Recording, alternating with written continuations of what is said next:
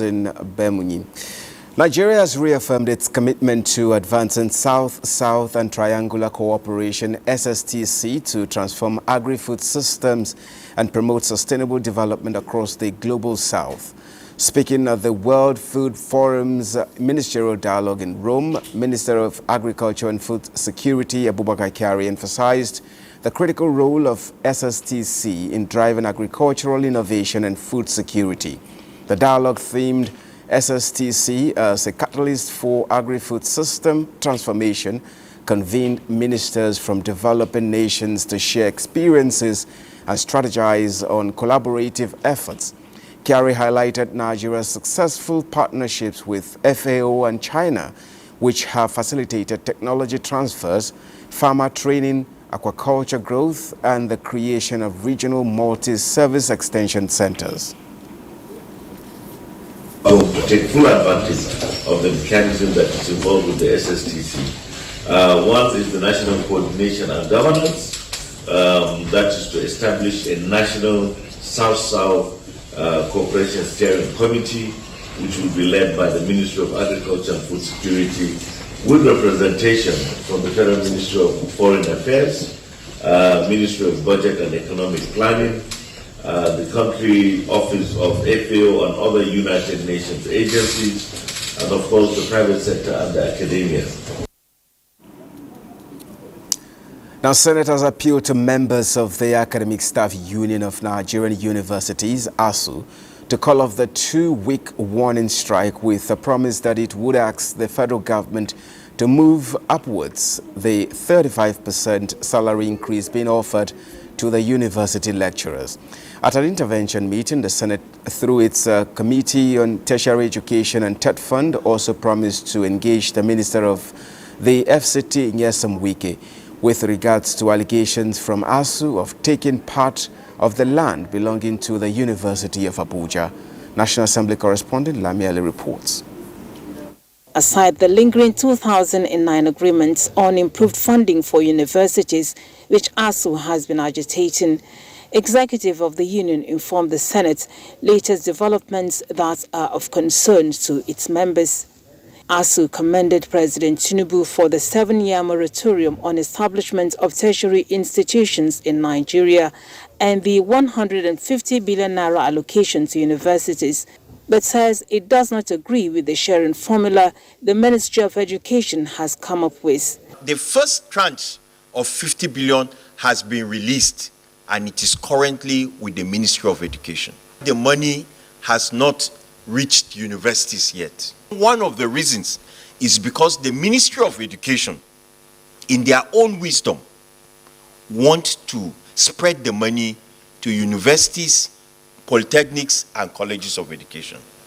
And ASU is saying this committee, this Senate has approved an appropriation, and that money is for universities. Anybody coming from anywhere in the world that is interested in university education, the first port of call will be University of Abuja. Distinguished senators, you will be helping that university if you stop the minister from taking any piece of land from that university. Senate assured ASU that it will take steps to address all concerns. Agreement is agreement, as I've always said. They should be able to live up to expectations whenever they go into any form of agreement, especially with us. We can pass the Ministry of Education together with them by Tuesday or Wednesday to ensure that our children are back to school, and also to ensure that the government look into the immediate and the long-term measures to be taken to resolve most of the lingering situations. If you give me allowance to buy a book, you don't collect tax from that book. If you collect the tax, then what is left will not be enough for me to buy the book. When it comes to appropriation, when budgets are brought, we should be able to know where to support. Meanwhile, the Deputy President of the Senate, Barrow Jibrin, says President Tinubu has already instructed quick resolution of the crisis. The President has directed that everything should be done to resolve this matter so that schools will reopen immediately. So we also commend Mr. President for his concerns.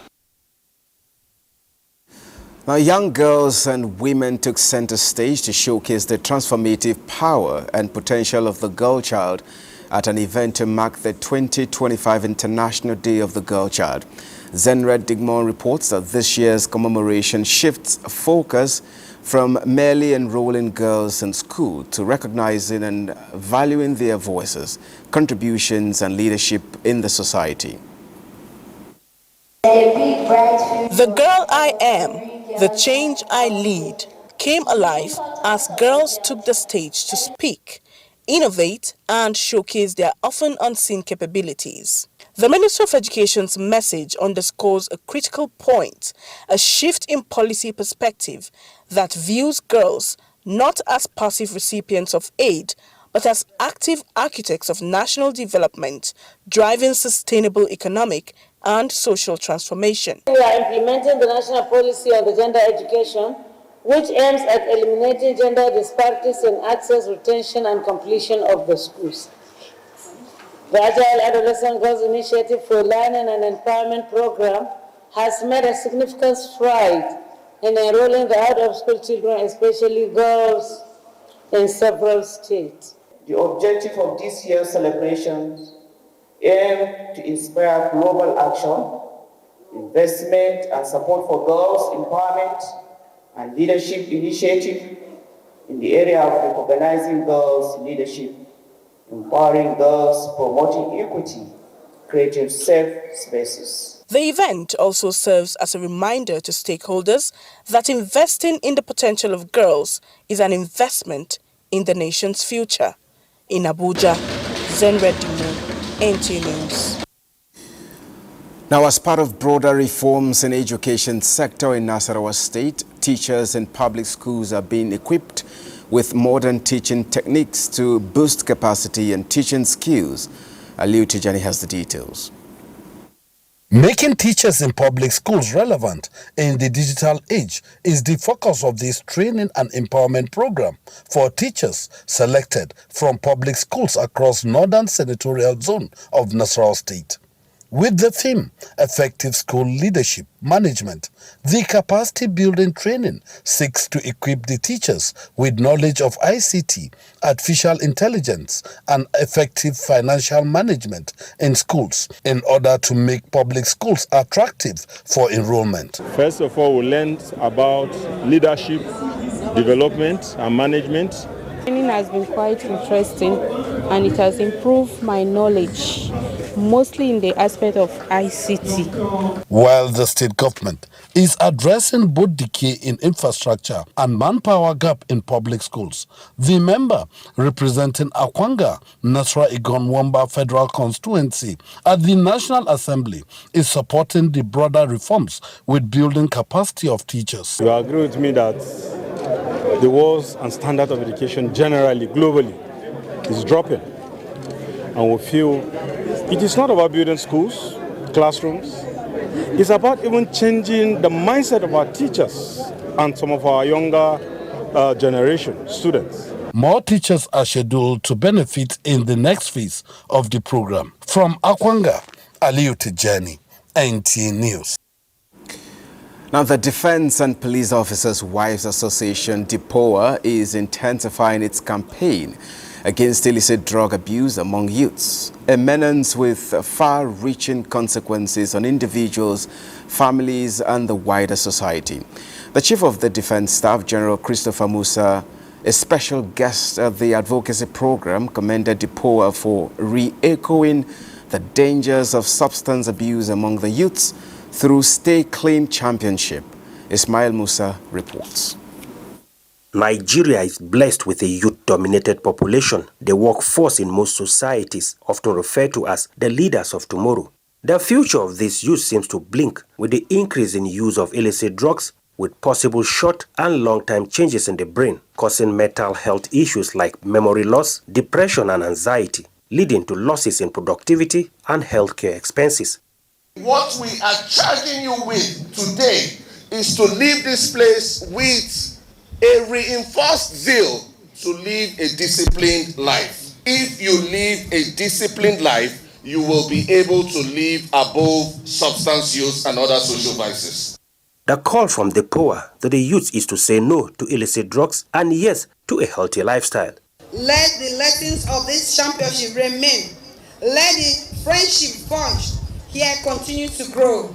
And let the powerful message of live free, stay clean resonate in our hearts and minds long after we leave this venue. Go forth as an ambassador of healthy, active, and drug-free life. These initiatives are sowing the seeds for future stars and building morally upright youths who will become ambassadors of our nation. This is a clear demonstration that building the nation does not only depend on policy and politics, but begins with empowering our youths to dream more, strive more, and achieve more. The advocacy also enjoined Nigerians to view the ongoing fight against drug abuse as a collective responsibility. In Abuja, Ismail Musa, NTA News. This is where we end the AM News. Thank you so much for being a part of it. My name is Justin Bemunyi. We now take a short break. Where we return, Weekend Deal continues.